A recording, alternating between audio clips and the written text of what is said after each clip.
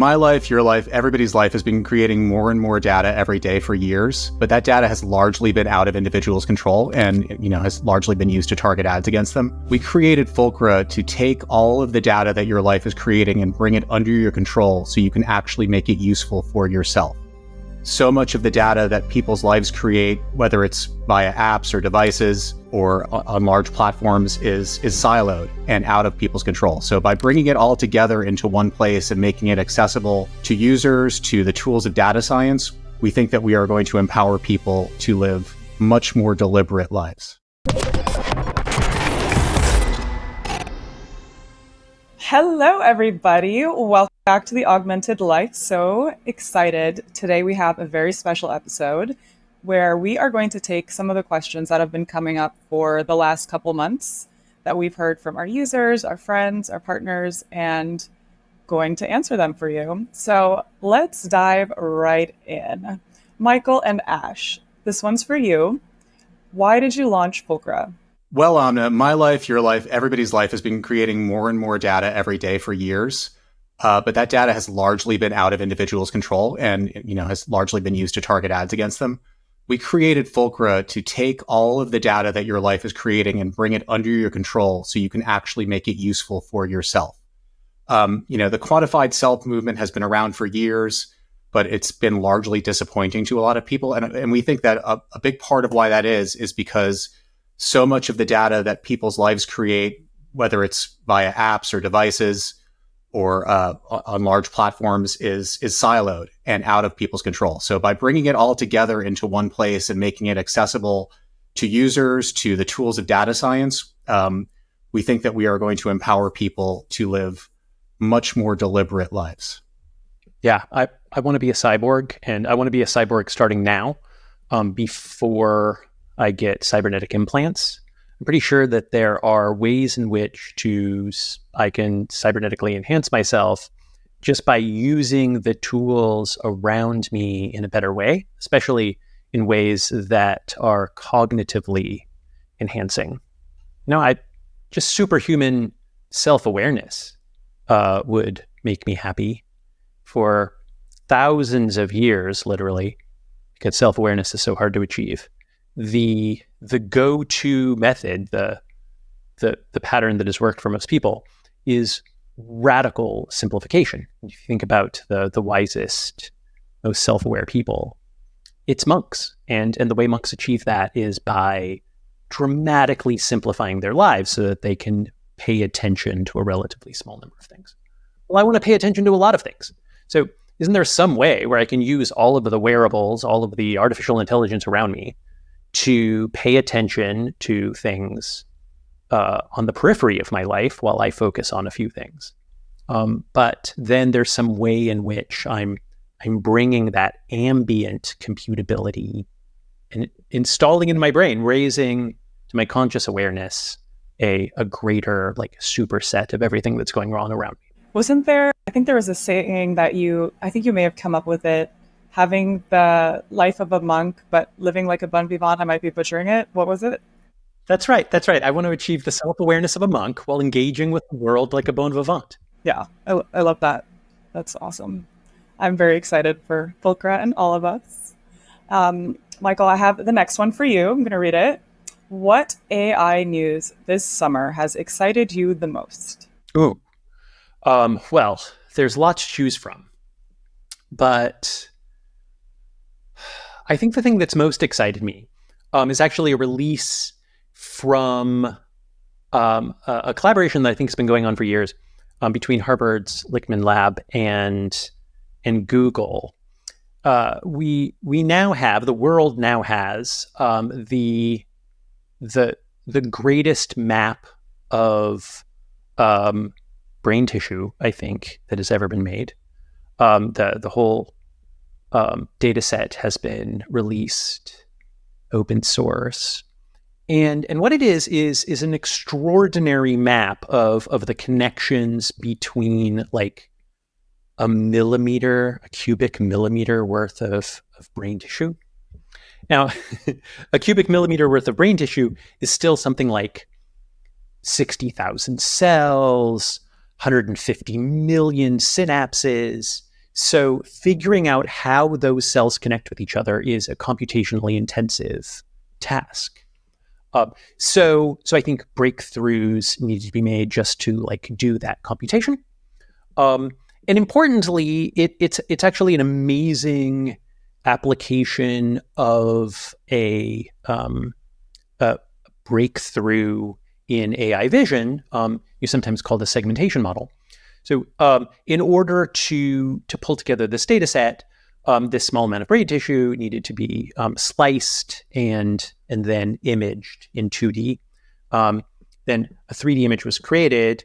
And then what a segmentation model does is it picks out objects within an image or a video and says, that's a distinct object. And this has also been an exciting summer for breakthrough segmentation models with the release of Meta's Segment Anything Model 2. But let me get back to that. What the Google team did is applied their own segmentation model to this section of brain tissue in order to pick out every element that seemed structurally independent, so that we can understand how the neurons relate to each other, how particular dendrite structures related to each other. So in order to understand how A relates to B, you need to do this first step, which is to separate all the A's from the B's from the C's. Right? That's what the segmentation model does. So it's really exciting to see that almost like absolutely cutting edge image model work being applied to cutting edge science. And there's this fun, almost like two-way relationship here where genuine AI breakthroughs are being applied to the understanding of a neural net, right? But in this case, the wetware neural net, the place we got the idea from in the first place, which is our own brains. So it's very cool to see AI breakthroughs being applied to understanding the human brain. I wouldn't be surprised if understanding the depth and breadth of that network actually gives us some ideas about how evolution has improved deep neural nets in ways that might result in lessons that'll go back into AI development. So that's my nomination for like greatest breakthrough this summer. That explanation reminded me a little bit about when I'm very oversimplifying it, but when you look at a picture and see which one does not belong, and then you pick that out and kind of study it. It's so interesting too that you said that. Initially, when you brought that up, I was thinking there's this company called Final Spark, and they use brain organoids to power computers. So I was confusing those two, but it kind of shows the circle of brain or circle of life and how all of it connects to each other. Yeah, right. Yes. Sometimes I think when it comes to positive feedback loops like this, that something that can feel like a circle is really more like a spiral staircase, right? So you're going round and round, but you're also elevating with every step. And then ultimately we get to some grand new height. Like a DNA helix. Right. On the puns today. What are your thoughts on Meta's segmentation model? Oh, I'm glad you asked, because I must say that I'm really surprised by the one-shot capabilities of SAM2, both with images and with video, because I was explicitly pessimistic about exactly this some 10 years ago or so, where I pointed out that my small children at a very early age had this capability. It just seems to come out of the box. Every human can do this, where if you walk a toddler down the street and they see something novel, they recognize its novelty. So a small child shown for the very first time, let's say a fire hydrant. This literally happened to me. Taking my daughter for a walk, she points to a fire hydrant and says, "What's that?" Well, that's a very natural toddler sort of behavior, right? We're used to that. We're not used to computers being able to do that because a tremendous amount of work needs to go into just being able to like ID a fire hydrant as distinct from everything else in a visual field. And then to be able to say, okay, I can recognize that as a singular object, and I can also recognize that I don't recognize it. So therefore, I'm going to ask, what is this? So I thought 10 years ago that we were far, far away from AI systems being able to achieve that thing that any 4-year-old does pretty naturally. And yet, here we are, where in the like demonstration materials accompanying Meta's release of SAM2, they're showing this this kind of one-shot segmentation performance, which means that for a completely novel visual field, for some video of objects moving that the model has never seen before, if you ask for something to be segmented, if you select an object, not only will the model like correctly identify the true boundaries of that object, but it'll then be able to track it as it moves through space. That in the abstract, when you just see a demo, seems like neat, but actually the practical applications of that are absolutely profound, as you can see, where automated segmentation is almost directly leading to breakthroughs in understanding the brain. That Harvard plus Google collaboration, which I think they call connectonomics, it's like a 10-year research project, featuring an extraordinary number of breakthroughs. I think I added in it. Connectomics is the name of that effort.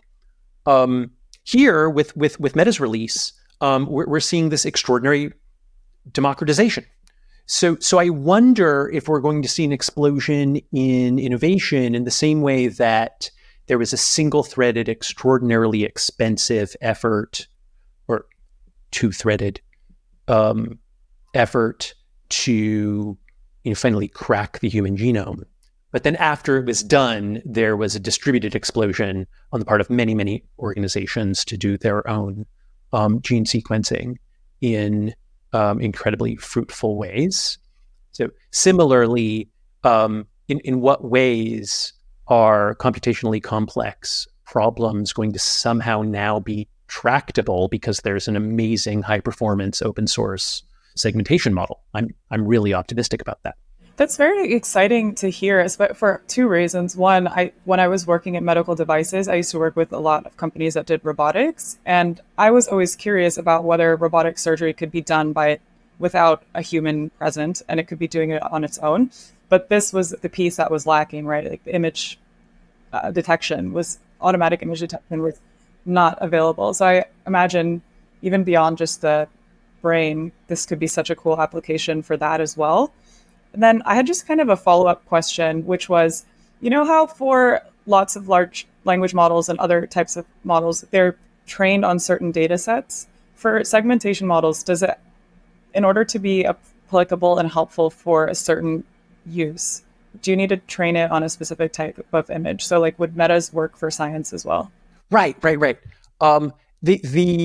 So when you hear people say things like one-shot learning or few-shot learning, that language, that kind of term of art, actually comes from image processing. The shot in one-shot learning is in like a camera shot, like a photograph, and so the reason why we're impressed whenever we talk about a model's capability to do one-shot learning is what we're saying is, wow, it's the model got the right answer in a novel situation where it was able to learn with just like one lesson, instead of training on some big data set. And the breakthrough, the like astonishing breakthrough of generative models using the transformer architecture is like its surprising capabilities with respect to one-shot and few-shot learning that happens after the computationally intensive training period. And I have a pet theory about why this works, which is informed by an early American philosopher, the work of Charles Sanders Peirce, who made absolutely tremendous contributions to the field of logic, and therefore spent a lot of time dealing with this form of reasoning that happens before you validate a hypothesis, which is like usefully proposing hypothetical explanations for why a physical phenomenon happens. He called this abductive reasoning, the process of abduction.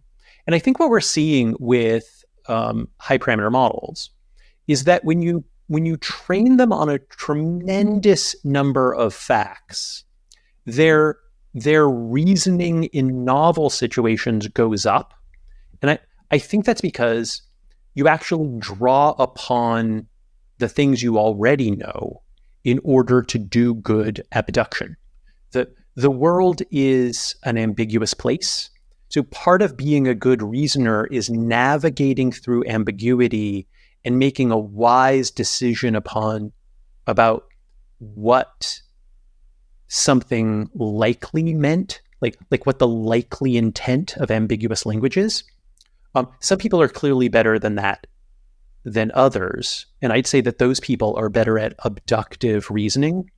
And that's what LLMs are shockingly good at. That was the breakthrough in natural language understanding.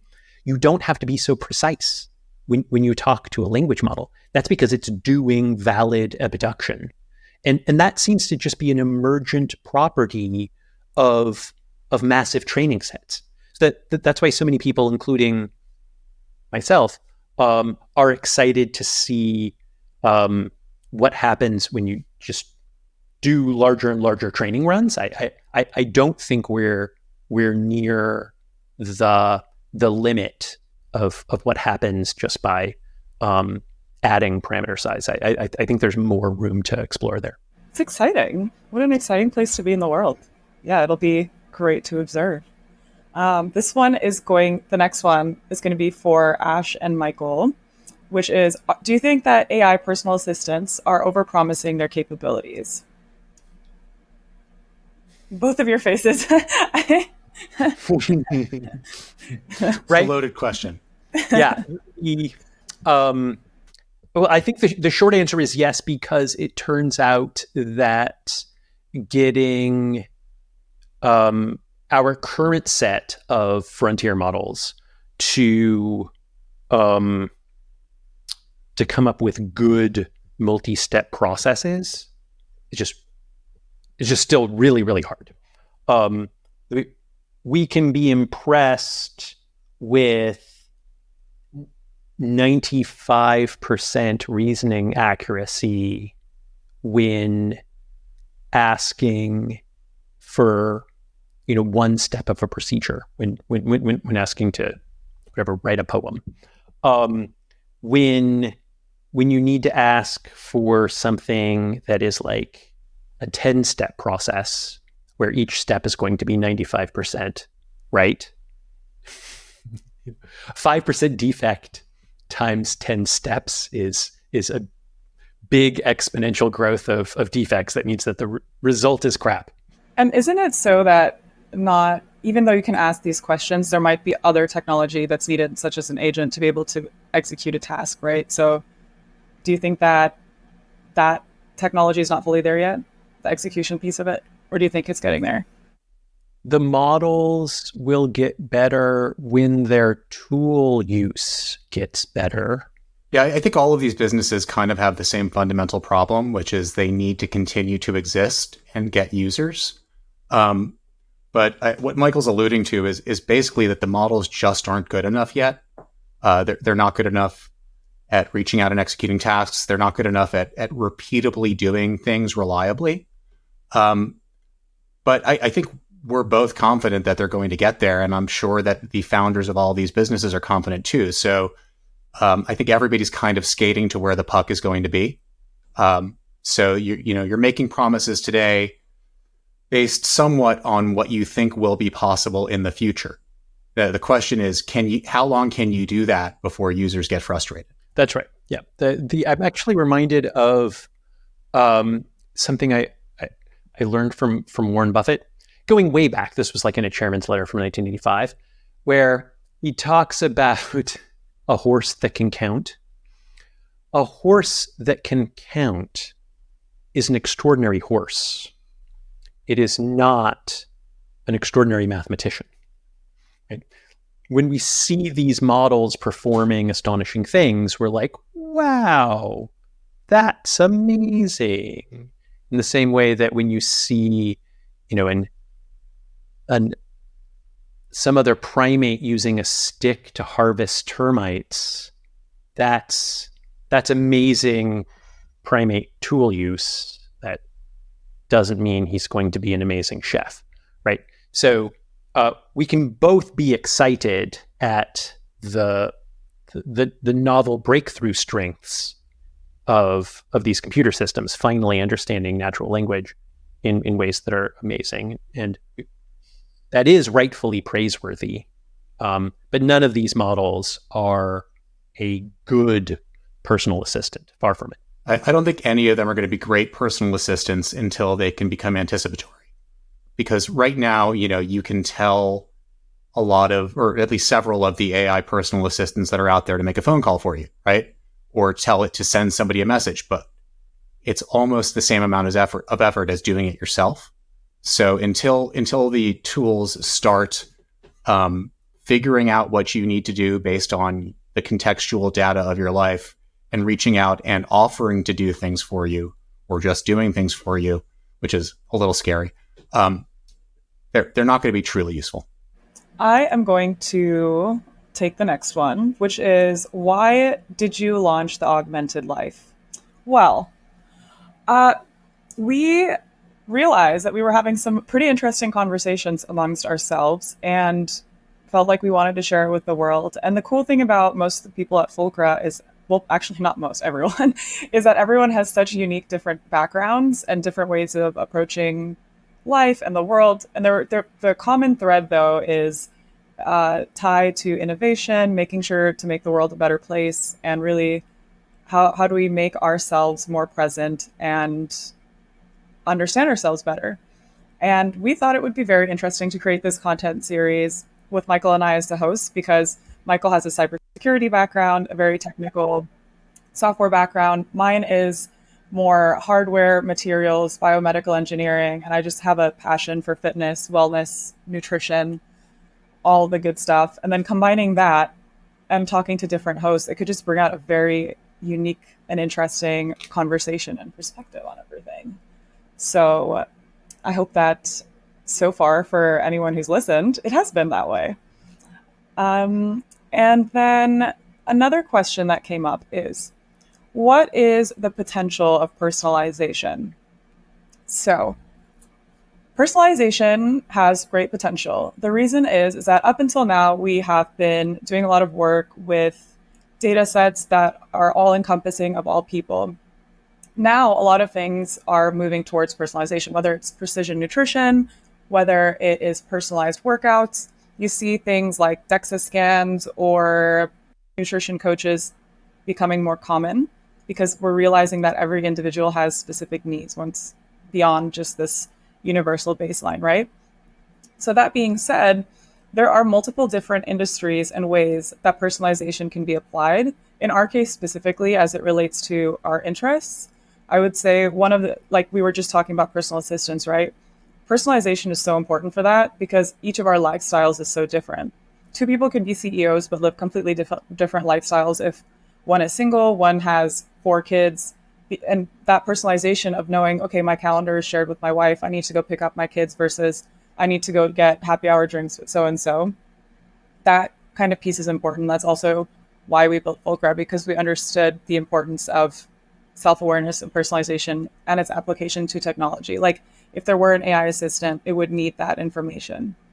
Similarly, if we think about medicine, a lot of providers are learning and seeing, I've talked to a few over the last couple months, you can't just always rely on what your patient tells you. And yes, it's worked so far, but we're seeing increases in a lot of illnesses. So it's really important to have that information about like how are you sleeping and why? And what are you actually putting into your body and eating and consuming? And how does your body react to these things? Are you working out? How's the workout affecting your body? Having that information helps with the personalization with a doctor or a coach or a personal trainer. So all of this to say is personalization has great potential if you make sure to be aware of yourself and are tracking what you need to track, or have some technology that can do that so that you can uncover different patterns or trends and be able to apply them to yourselves based on help from different experts and technologies. I've got 3 different wearables that will tell me if I didn't sleep well enough last night, or maybe suggest what time I should go to bed. But it wasn't until I took all of my personal data and piped it through Fulcra into a computational notebook that I shared with a longevity doctor who could look deeply at my diet, my sleep, and a whole bunch of other stuff on a highly personal level, that I was able to actually get the information I needed to change my diet to sleep more. And that's the type of like highly personal result that I think is becoming possible now. Most of us working in software will describe our jobs as engineering jobs, right? The role is software engineer. And engineers tend to be focused on capabilities, functional differences. I think that the great potential of personalization is about meaningfulness. And meaning isn't always found in functional differences. I'm talking the difference between holding hands and holding hands with someone you love. That's a deeply emotional difference, not exactly a functional difference.